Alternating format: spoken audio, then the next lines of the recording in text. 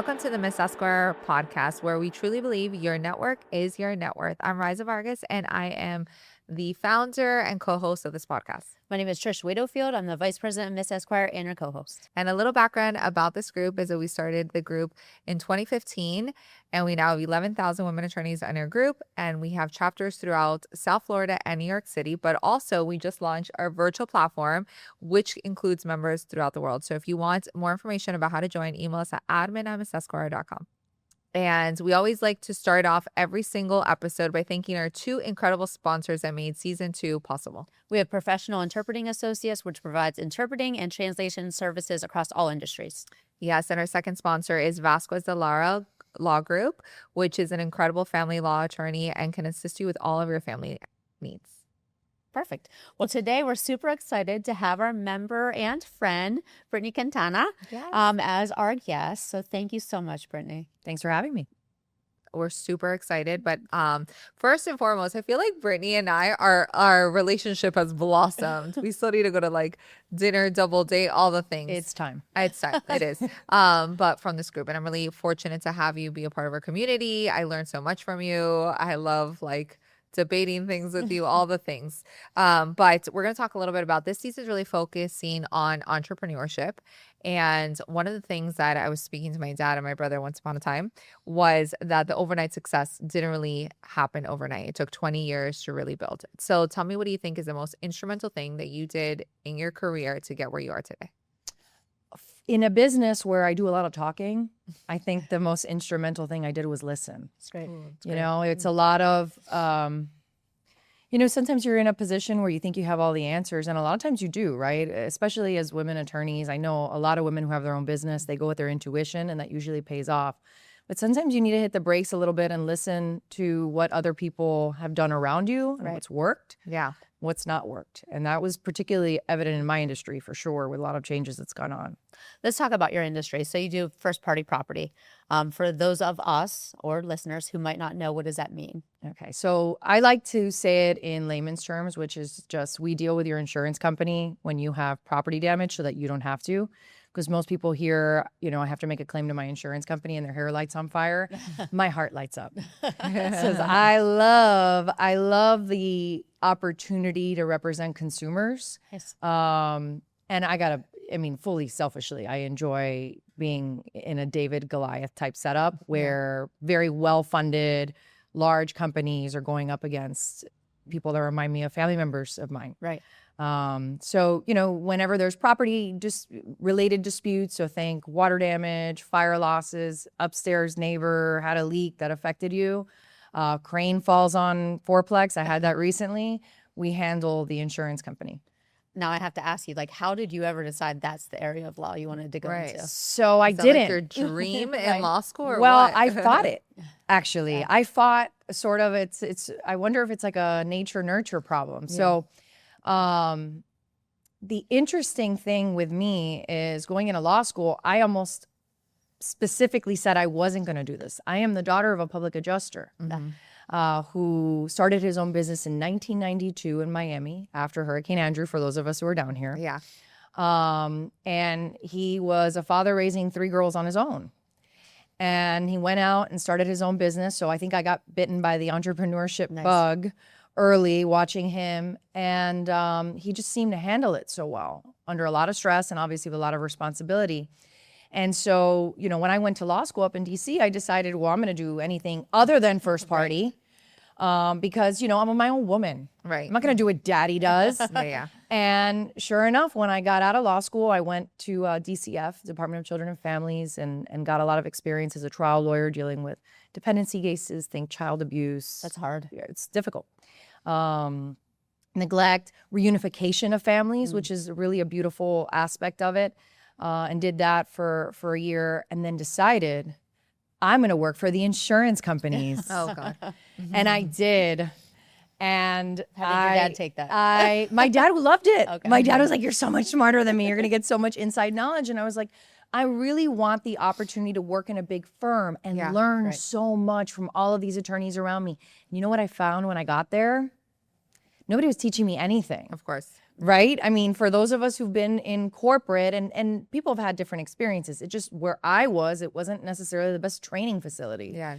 And No, I don't think it exists, period. it doesn't exist, right? But so many of us go out and just say, and it's not to say, by the way, that mentorship doesn't exist. I think that's one of the credits I give to Miss Esquire, is that it does. It really gives you an opportunity, whether or not it's someone in your firm, to really learn from people. Right. I mean, Trisha, you're a good example of it, right? Thank you. Being able to just give back to women attorneys behind us. But I didn't get that. And then I got to a point where I had my son where I was like, no one's teaching me anything. I'm going to teach myself. And I did. So, you know, these networking groups, just like Miss Esquire, gave me that opportunity. I love it. Well, how long were you at that firm? So I was in a couple firms. I bounced around. Yeah. For millennials out there who love keeping, you know, jobs as long as they're blazers, that was me, right? I would go to a firm and then bounce to a bigger firm when I didn't get the pay raise I asked for after a year, and gave myself a pay raise at the next firm. So between all of the firm, I was at one firm for 2 years. I was another firm for another 2 years. Which is a long time for the next generation. So if you think that's short, I like read resumes and it's like 3 months, guys. Like, what's going on? It's wild. But you know what? I give them credit. You know, do? I do. I don't know about that. Let me tell you why. And a lot of times it's a fit. So a lot of my team are younger than I am. And I think they're very clear about when they go in that they're looking for respect, that they're looking for camaraderie, that they're not looking to be in a traditional billable hour model. And sometimes that works for us. And we set up a interview process where you can kind of tell when someone doesn't want to come to work. Usually, by the way, it starts with the first interview where they schedule and they don't show. Oh, yeah. That should be a red flag. Or they come late. You're like, you know what? Right. But then they make it past. And some of my most valued teammates are people in their, you know, early to mid 20s who really just feel like part of the team. So, you know, I think it's a culture fit too. But I like them. They have so much energy and they're so positive. And when they feel that, I'm like, oh, take your time. Very millennial, right? Like, just take your time. I have my scheduler is in Argentina. And there was a time where I couldn't reach her and I was like, hey, is everything okay? And she's like, I'm having my gallbladder removed, but don't worry. I have the computer. And I was like, you actually... You're scheduling. I don't like you. Yeah, I don't need you to. It sounds like. But see, this is different. This is different because you're talking about somebody I have not met yet. Because what I get is usually people coming in like, "Hi, I want the attorney position." They're like the next generation. What's the next generation called? Are the Gen Z. Whatever Gen it is, Zers, it's terrible. But anyway, the next so the next generation, Gen Z, is like coming for the interview, like, hi, yeah, I just got barred this September. I'm like, oh my God, it's amazing. Congratulations. So excited for you. She's like, yeah, what's your work-life balance? What? You don't deserve that until like you're 5 years in, How right? about why did you pick this profession, lady? Like work-life balance as an attorney, you picked the wrong profession. You know what I mean? It's wild. It's to me, I think that and I know I'm going on a tangent. That question, I think that question means different things generationally to different people. And I think what the question is, it's almost like ask what you're asking. Will I have a personal life? That's really your question, right? Because the reality is work-life balance, especially those of us who have kids, who have family members, who have people we're responsible for. I mean, I'm never balancing anything well. So the answer to that question is going to scare anyone away. But there is an opportunity, I think, for employers to be flexible. For instance, I have an associate I'm working with almost as an counsel. I'd say she's the next generation, Gen Z. Or on the cusp. She's tough. She's fiery. She doesn't take no for an answer. She's in Germany. Oh. And so what happened? She was interviewing for a lot of different firms, and they're like, "Well, we need you here." And she's like, "Well, I'm with, you know, my husband who's stationed in Germany, and this is the situation." But she was the right fit, and she handles depositions and she handles hearings. I'm the one going and trying the cases, and it's an accommodation that benefits me, right? Because I'm willing to make it work for her, and it's an accommodation that benefits her. Right. So it's a lot of a fit thing too. Yeah. So let's talk about what inspired you to. So we spoke about, you know, obviously being on the defense side, and what ultimately was your breaking point. You're like, you know what, I need to start my own firm. So I had my son, and I had a terrible pregnancy. I mean, I was just walking around looking like trash, nauseous all the time. And this is before COVID, right? So you actually had to go into court to deal with like a motion for extension of time. That was ridiculous. You remember the carbon copy type thing? So you would go in and I would just feel like trash. I remember getting in and the partner who was responsible for me at the time was like, where have you been? And I was like, listen, lady. I was like, if I'm not here or in court or at a deposition, I am clinging for my life, surviving this pregnancy. And I know you didn't do this to me, but this is what we're dealing with now. We're in this together. And I don't know that she knew what to do with that response, right? I don't know that it's a normal response. And when I had my son, it was it was in October. I was on leave until January. And I definitely want to get back to work, but I realized that I had been passed up for a bonus I was entitled to. I was overlooked in a lot of ways because I guess out of sight, out of mind. And I decided I've learned what I've needed to learn and I'm going to go start my own thing. And I started on Etsy with a logo that somebody on Etsy designed for me. It was like a hope and a prayer. And I'm like, oh, this amazing business card now. And I haven't looked back since. I love what she said. I started at Etsy. I was like, you were selling legal That's what I was services thinking. on Etsy? No. What the heck? And I would have, by the way. thinking. I would have. No, I started with that logo. I still have it, but no, I wasn't selling. Yeah. I don't think I do that even now. No, but it's interesting because I feel like there's always like, there's that extra push we needed. And obviously for you, it was like kids. Mine was also kids. But it was also my old boss, and you would appreciate this. After I gave birth, it was during the pandemic and it was 2020 and my husband got COVID. I got COVID. I was pregnant with COVID and Kai had COVID, which she was a year old. And I was 8 months pregnant. No doctor would see you because this is like 2020, the beginning, when all of it's going down. Chris, I had to drop him off at the hospital. He had bilateral pneumonia. And he said these words that changed the course of my life.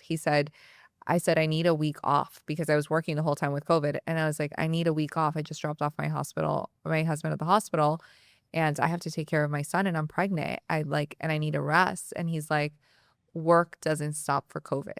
And I said, well, it does for me. And I hung up the phone and I was like, I can't do this forever. And so that was like the changing point. I was like, you know what? I gotta go. It comes full circle, right? Because even now when people are asking like, what's that work-life balance? I mean, it's unreasonable. That's, there's something to have empathy and compassion for people. And then I think there's like something where people don't want to work. So there's like two different things. The question could be, I want to fit everything in my life that I want to prioritize that's important to me. So I don't want to put work as anything that's important. And it's different because our generation, I think there was too much, like the expectation of like, you need to kill yourself is a little bit too much, like where you have no boundaries.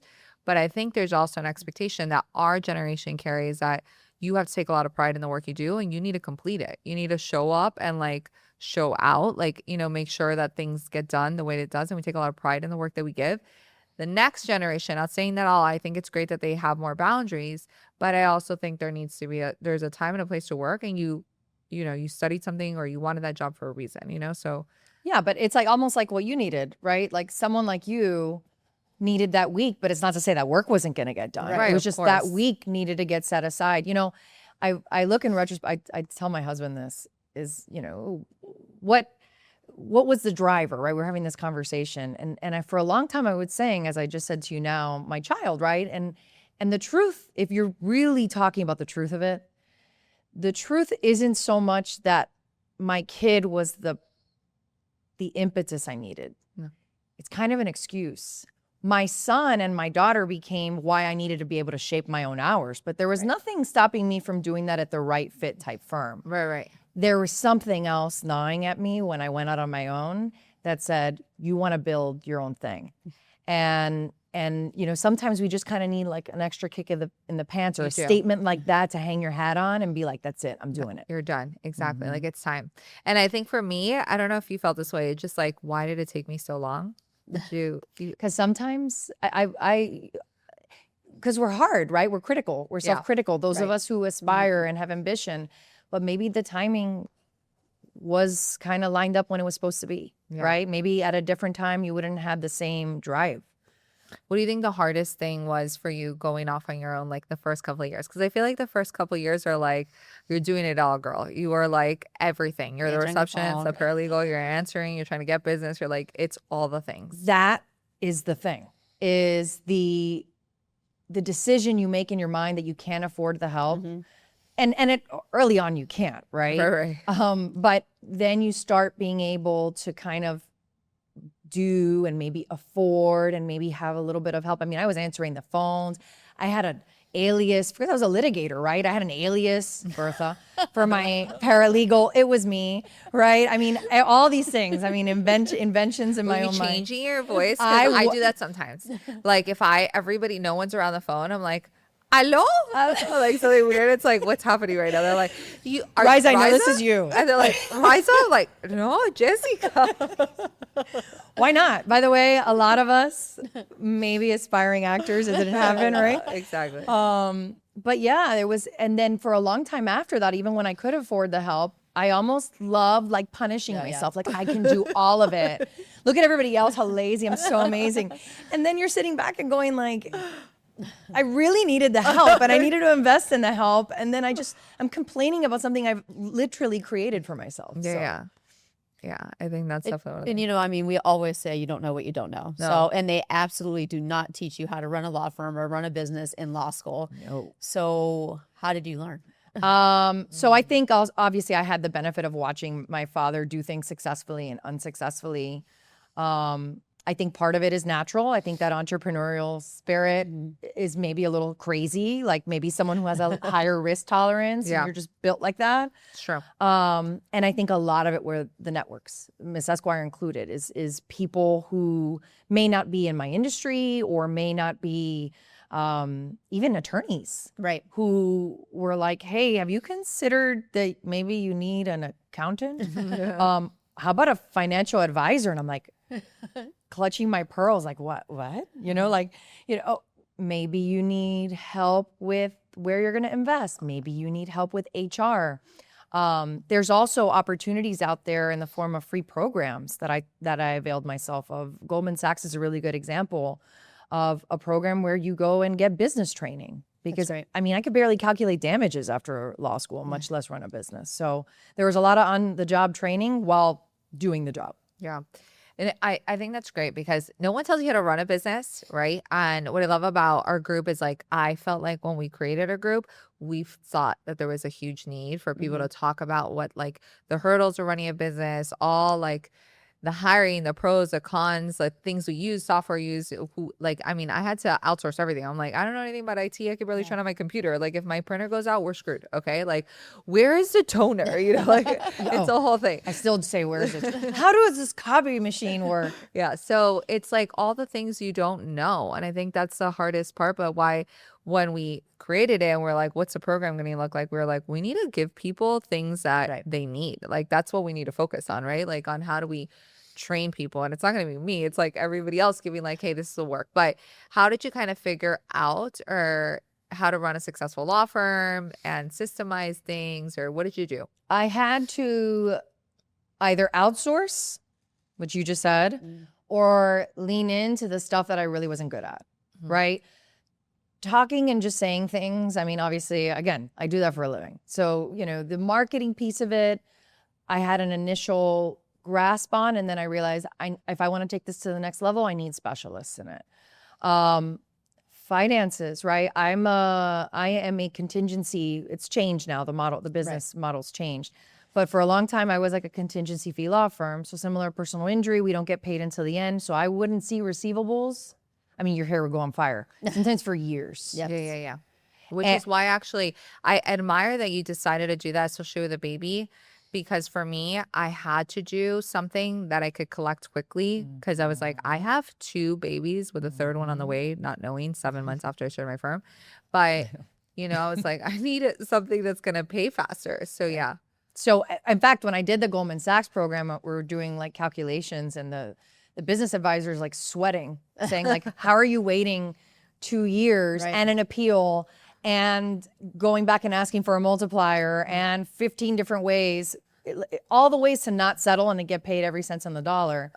And some of it was insanity. Yeah. And some of it is because I realized in my industry, the opposition needed to be trained that if I was going to go 1 mile, I was going to go 50. Right. And it just worked out that way. But yes, it required a lot of saving. I was very judicious with my spending. For a while, I had to learn to read my profit and loss and understand that your whole business isn't just cash flow. There's a lot more planning that goes into that, and we don't know that. And sometimes you need advice and take online courses or speak with other experts about that to teach you how to structure investing in your business so that you can maximize your return. I mean, you don't know at the very beginning how expensive business taxes are. You're like, wait, what? For every dollar you spend, you need to save 50 cents? Like, what's happening right now, right? It's the taxes, it's the cost of running. Yeah. Right? I mean, even as a virtual space, it's you get your first form and you're like, I'm operating Coral Gables. It was a virtual space.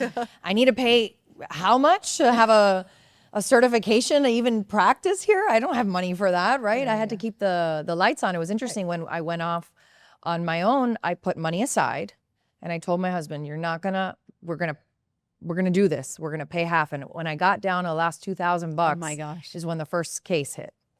And it was a woman attorney around that same time who paid me a referral fee on a case. We were strapped out of cash on a case I'd referred to her.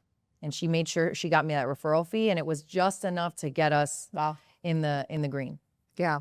It really, with entrepreneurship, because I always tell Trisha, there is so much risk that you take. And as it's so hard to get clients and then it takes 20 seconds to lose them. All you need to do is like one tiny mistake. It's like the Google reviews when you go to a restaurant. It could be your favorite restaurant and you could be like, I go there every single year for my birthday, but then I got that one hair in my food and you're like, never again. You're like, we're not going there again, right? So and then you tell everyone you know.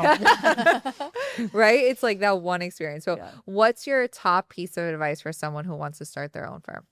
So I am speaking from the perspective of a firm that is in large part contingency fee where I'm waiting, right? So you are buying in to your client's mission and in a lot of ways funding it, right? Costs, right?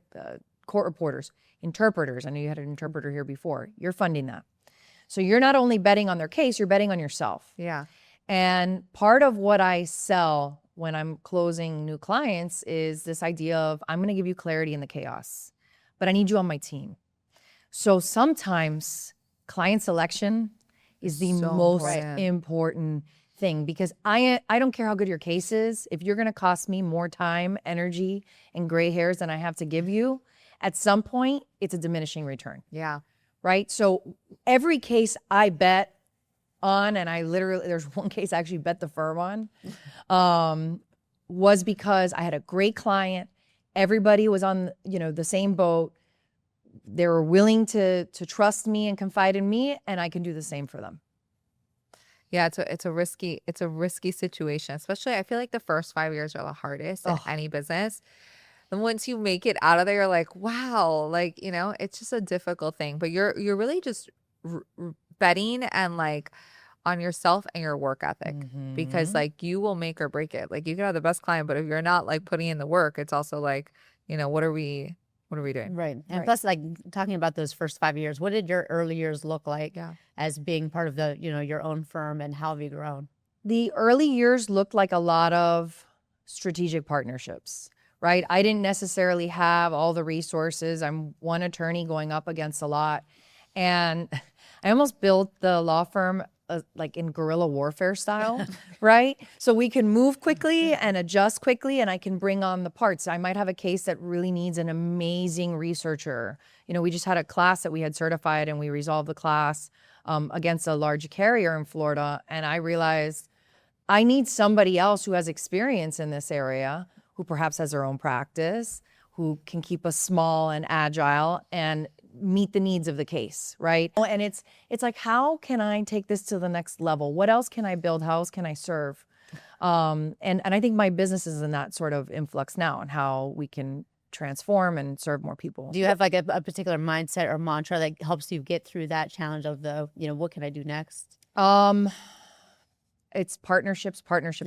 I realized that maybe my North Star was getting a little foggy in the last couple of years. And by the way, some of the best financial, like the best fiscal years were the years I felt like maybe a little bit like less satiated. So I figure, well, I'm going to spend less time working in the business. I'm going to work on it. I'm going to grow. And the partnership and the connection piece of it is so important. I decided, you know what? I think I need a business coach to come in now that's great. to help me figure out how I'm taking this to the next level and how I can be of more service. Yeah, so I feel like, and everything, it's true for like even losing weight. It's easier to lose weight like the beginning, but then like you're stuck somewhere, like you're like, oh, this is so much harder. And I feel like the first couple of years, it's definitely tough, but you're like, I gotta feed my kids, so I gotta figure it out. But then afterwards, growth is hard. We have found that even in Miss Esquire, we're like, how do you go to the next level? There's so much improvement from year 1 to year 4, but like year 5 and 6 are gonna be like, it's like what else can we do? And also, you're more exhausted, You're you're like tired. tired and you're like, all right, there's only so many times that Right. you feel like you can reinvent yourself. Right.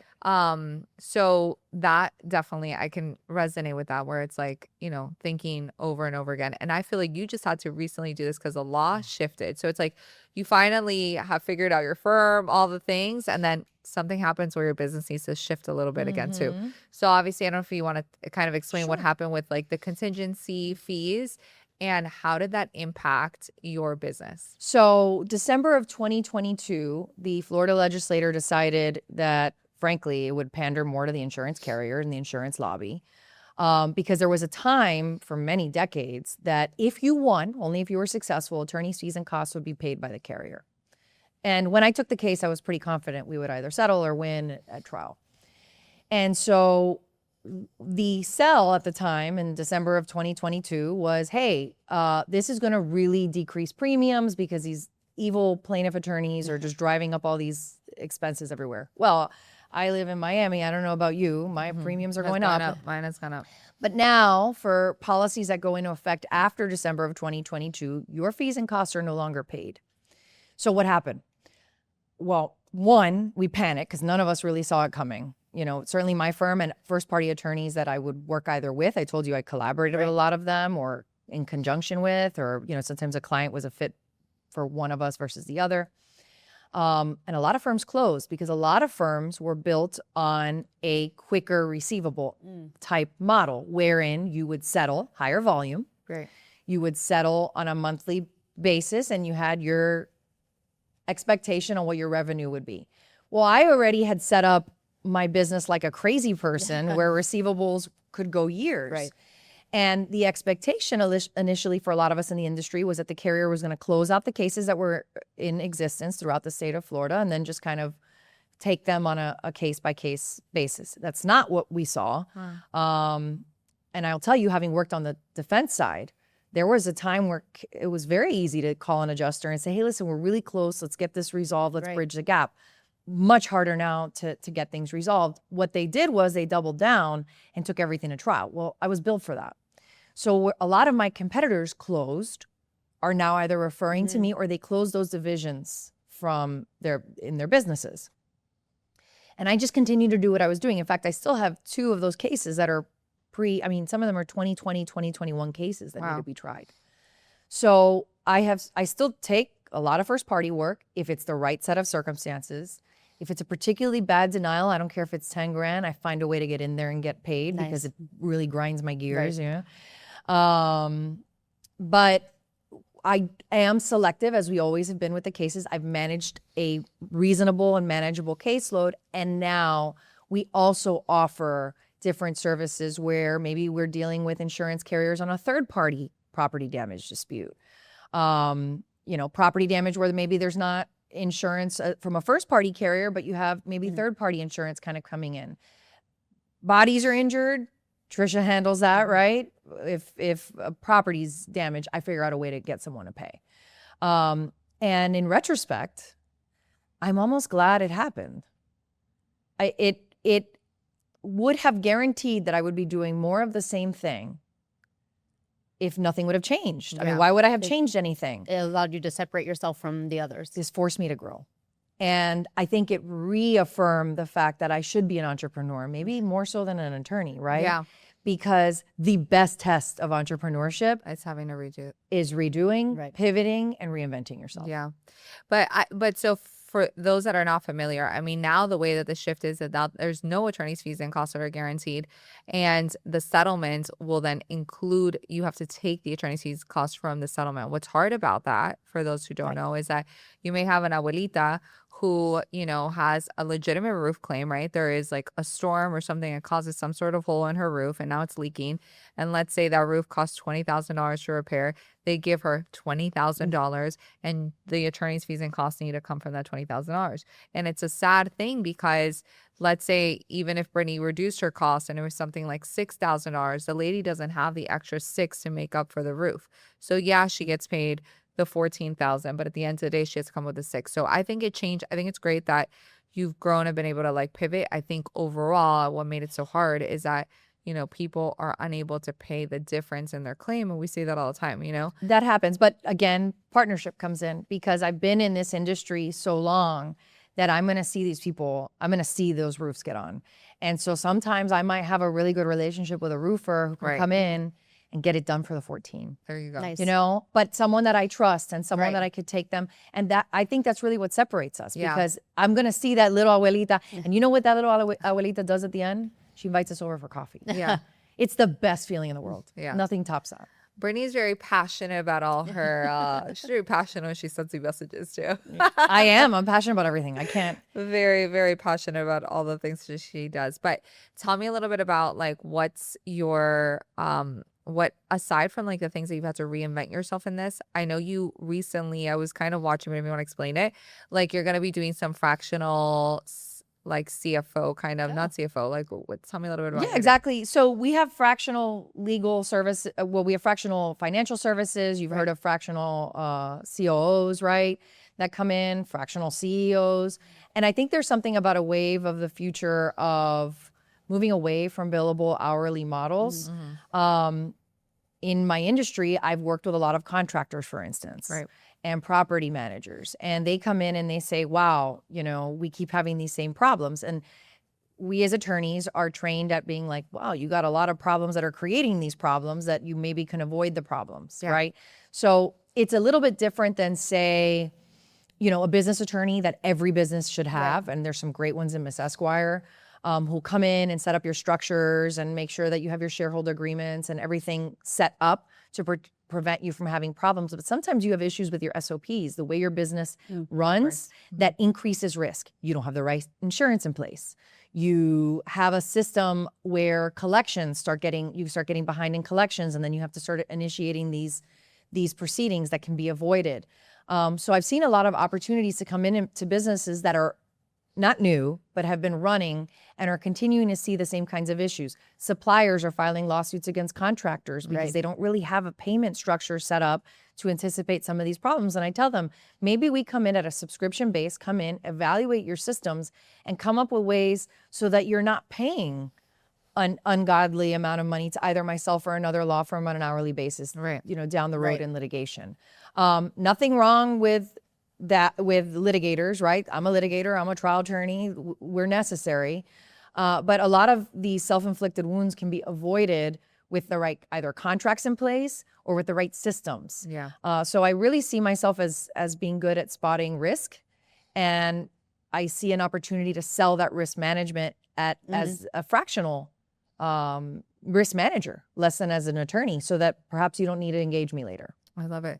And I think, you know, here, especially in Miami, we have a lot of handshake deals, people that are doing things on an invoice, you know, that they're like, yeah, I sent them an invoice. You're like, that is not a contract. It hurts. Yeah. So it's great because I think people, something like, I don't want to call the attorney because it was going to be like $1,200 to do a contract. I'm like, boo, $1,200 is going to save you so many like headaches, litigation, just because if your contract is well written and has thought about all the risk implications, then you're more than likely not going to have somebody that's going to fight it, because the minute they take that contract to another attorney, if it's a good attorney, they're like, hey, listen, let me assess you on your risks, and it's not going to be worth you trying to, you know, sue this person or not based on the fact that they're going to win. And that brings another point up, right? Business owners, we like predictability. So nothing's worse than not knowing what the legal costs are going to be. And it's very hard, right? Like if you call a lawyer with a hypothetical and say, what's this going to cost? I mean, what are most of us going to say? It depends, right? And so something like a predictable subscription-based service is something that when your business owners are planning for their budget for the next year, they have an allocation for legal services, right? Yeah. They've thought about maybe this, I'm going to have to allocate this much for a transactional lawyer to come in and draft this, or I need to model this, or I need to change this a bit. We're acquiring real estate, and we know that, you know, we need to at least confer with a real estate attorney before and kind of have a plan for that. And I think that eliminates a lot of problems for businesses later who are just like, well, if we put our head in the sand, we're going to avoid the cost. Well, if you budget it in, it's the right? known versus the unknown. Right. Then you're like, this is totally manageable. And your legal expenses are actually part of your business development and planning as opposed to just a liability. Yeah. Well, I mean, it sounds like you have a really exciting future going on, but To be continued. We'll see. what do you see as your future? Or what goals are you working on now? I certainly want to stay very consumer focused in the state of Florida. I like litigating. I do like being in trial. I want to cut down a lot of like the hearings and depositions, like a lot of us who run litigation-based businesses. Try to keep some baseline cortisol sometimes in the week and not feel like I'm always ready to fight, right?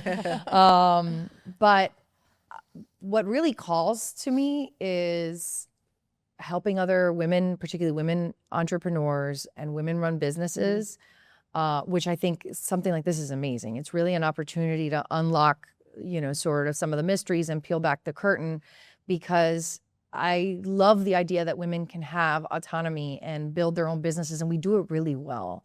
Like the statistics don't lie about when we really go all in, we develop very successful businesses that give back to the community. So I want to do a lot of speaking. I want to continue the consumer advocacy. But, you know, to the extent that I can ever help a woman who's either opening a business or pivoting, I want to be a resource for sure. And that's why we love having members like you in our community, is because of the transparency. You know, it's not, you know, a closely guarded secret of what has worked and what hasn't. I mean, you're willing to share, and I think that that's just so beneficial to all of our other members. Same for you both. So I love that you're a mom also of two. And Surviving. well, could be worse. Surviving, not thriving. You're another level. I'm just kidding. I just added an extra one. You know, I wanted to like win that argument every time. You did. Sometimes people are like, I'm a mom of four. I'm like, you know what? Let's stop talking. I have nothing else to say. Yeah, I have 3 boys. How about that? No, but tell me what it's like to really juggle all the aspects of like motherhood and your business. What has been like the most rewarding and the most difficult thing? I think, so a lot of us are built with at least 2 different facets, right? I have a lot of masculine energy as a trial lawyer, and we like to win, and you know that whole thing. You're getting ready and sleepless nights. But becoming a mother has really allowed me to dial into the femininity, which is also something that is pretty productive and useful in litigation. And I had a hard time with that for a while, trying to figure out how to turn off who I was as an attorney so that I could be a mom. And I've really had to do a lot of work, a lot of therapy, a lot of introspection to say, I'm both of those things. And that doesn't deprive my kids of anything. And I think the best feeling is having my son, who's now 8, you know, come and say, Mommy, you're such a good lawyer. And I don't know where he's getting that from, you know, but there's a pride in seeing me going and advocate. He saw me get dressed today and he was like, I love this. And are you going to go to court? And kind of teaching him that, you know, we're all built different, you know, and I have a tremendous respect for women who are full-time moms. That's the hardest job in the world. 100%.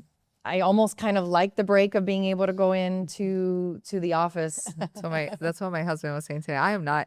My husband's a stay-at-home dad, obviously, you know. And today he's like, what does it feel like to go to the bathroom and nobody interrupts me? I'm like, okay. My husband and your husband have they get along really well. They have a lot of similarities.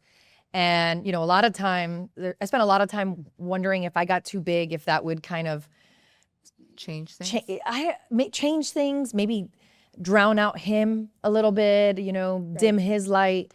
And he lights up when he's doing stuff with the kids. I mean, this is what he loves, is Little League and baseball. And I love making sure that everyone's 401k set up, you know, and then going to baseball, you know. So there's a lot of communication that's definitely necessary. And And for instance, if I'm going to trial, I do the same thing with the kids. I sit down and say, Mommy's going to be, and I make sure if it's in Broward that I'm driving back and I'm tucking them in and they see me and they don't ever think that, the business is ever something more important than them. I love that because I actually left litigation because of my kids, and also because I decided to open 2 businesses on the same day. So I was like, okay, we can't do No big deal. litigation also. Like, who's gonna try cases and start 2 businesses No and one. have 3 kids? I don't know. So I had to let something go, and I was like, for my own sanity, it has to be that. My least favorite thing right now is that Kai, every single day when he walks into school, I kid you not, 365 days of the year. Well, not that because there's no school on the weekends, but he walks to the door and he says, he walks into school, comes back out. He does a routine. This is like becoming, he walks in, turns around, comes back, and he says, Mommy, you're coming home early or late? Every single day. And it's the hardest thing because you're like, but there's so much rewarding parts of it too, because at the same time, they get to see and emulate a lot of the things, and in the future they're going to know that a lot of things are possible if you work really hard, right? Like I got to see that my entire life with my dad, and I never felt like he wasn't there just because he worked. It's like really being present when you are there, Right. but it's a difficult thing because you're not going to be able to realistically, can't do everything. You can't be the mom that goes to the playground, like in all the group chats they're like, hey, we're going to the playground at 3. I'm like, okay, see you I mean, let's never. be honest. Do I want to go to the playground with the moms? Usually not, but you know what I see in that? I really see an opportunity, because what your son is doing that you're modeling and you're teaching him is, one, he's communicating to you that I want to know when you're coming home, and you're doing something amazing. You're giving him honesty, and you're giving him someone he can count on, because when mom says she's coming home late, she's coming home a little late. Right. When mom says she's coming home early, she's coming home early. Right. And what you're really doing is teaching him really effective communication, right? Like you're giving him an opportunity to say, I know I can count on my mom, and she's going to tell me exactly where she's going to be, and I'm going to ask, and I think, my son, for instance, I struggle with the opposite, which is everything's fine. Everything's fine. And sometimes I'm like, no, that bothers you. I want you to tell me about that. Ask me if you have a concern. So I think you doing that is awesome. It's just we tend to turn it into mom guilt. That's what we do. Oh my gosh, my kid doesn't have. Listen, I'm not gonna put macaronis on a really good arts and crafts thing. It's gonna look terrible. You know what I'm gonna do? I'm gonna call my sister, who doesn't have kids, who's gonna come over, who's been artsy our whole life, and she's gonna make it look great. And he's getting an A on that project that I didn't do. Okay, and you do have those days. Like I was running 1,000,000 miles per hour last week, and it happened to be like career day at school, and I realized it was career day at school, like on the way to school. So there's no turning back. We're not getting late, okay? So I was like, everybody's gonna be dressed up when he gets to school, and he's in uniform. So I go, Kai, I just want you to know, Mommy forgot that it was career day. And there was like an immediate, like he was so upset, and he goes, do you think I'm going to be nothing when I get older? I'm like, no, baby, you're going to be anything you want to be. He wants to be president of the United States, which, we both love that. Loving this for him. But I was like, immediate mom guilt. We're like, no, but I asked my husband when he picked him up, I was like, ask him, like, was he okay? Because the whole day I was thinking about it. I was like, everybody was dressed up as everything, police and everything, and Kai's in uniform, And I was like, how was he? He's like, great. He said he had the best day. He met the FBI. He met I was like, okay, good. But the whole day it sat with me. I was like, dang, I was running 1,000,000 miles per hour, and I forgot the one thing this year. And I was like, you also have to think about it. Like, you forgot the one thing, and there's people forgetting the one thing doing nothing. Okay, you're gonna be okay. Like he's gonna be okay. You're gonna be okay. Everybody survived. And let me make you do you one better. Guess who else forgot career day this year? Except that what they did was one of the kids had like an extra pair of scrubs, and they put my kid in it for the picture, and they'll send WhatsApp chats, and I'm like, who remembered career day? That wasn't me. And when I got home, my son goes, I was a doctor today because you forgot. But I don't like blood, so I'm not going to be a doctor. It was like, okay, thanks for letting me know. A process of elimination also helps for career day. So you're not alone. We're in the same boat. Yeah. Well, thank you so much for joining us today. We love having you as a member. We love your energy, your transparency. I mean, you're just a bundle of what? Of everything. Of too much. You're a bundle. I'm a bundle. I'm a bundle. No, it was so much fun chatting with you. We're super thankful that you are a member of our group and that we were able to host this podcast with you today. It was so much fun. And Where can listeners connect with you? yeah. So information. best ways are probably Instagram, Quintana Law, at Quintana Law PA. Email's great, bquintana@quintanalawpa.com. And then calling our office as well. I have a really, really great team. I'm very proud of them. 305-376-0821. I love that. I've been mispronouncing her last using name Quintana. forever. No, you're saying it in Spanish. Okay, I was like, uh-oh. And the was right doing way. Gringo Spanish. Yes, you can. Quintana is Quintana, and it'll change. And so that's a whole big joke, by the way, in at home was who is she today? I guess today I'm Quintana. Tomorrow be Quintana. Hablamos español. Awesome. Well, we at Miss Esquire hope that you continue to grow your net worth and your network until we see you at the next episode. Yes, and for more information about joining our incredible network, please email us at admin@missesquire.com.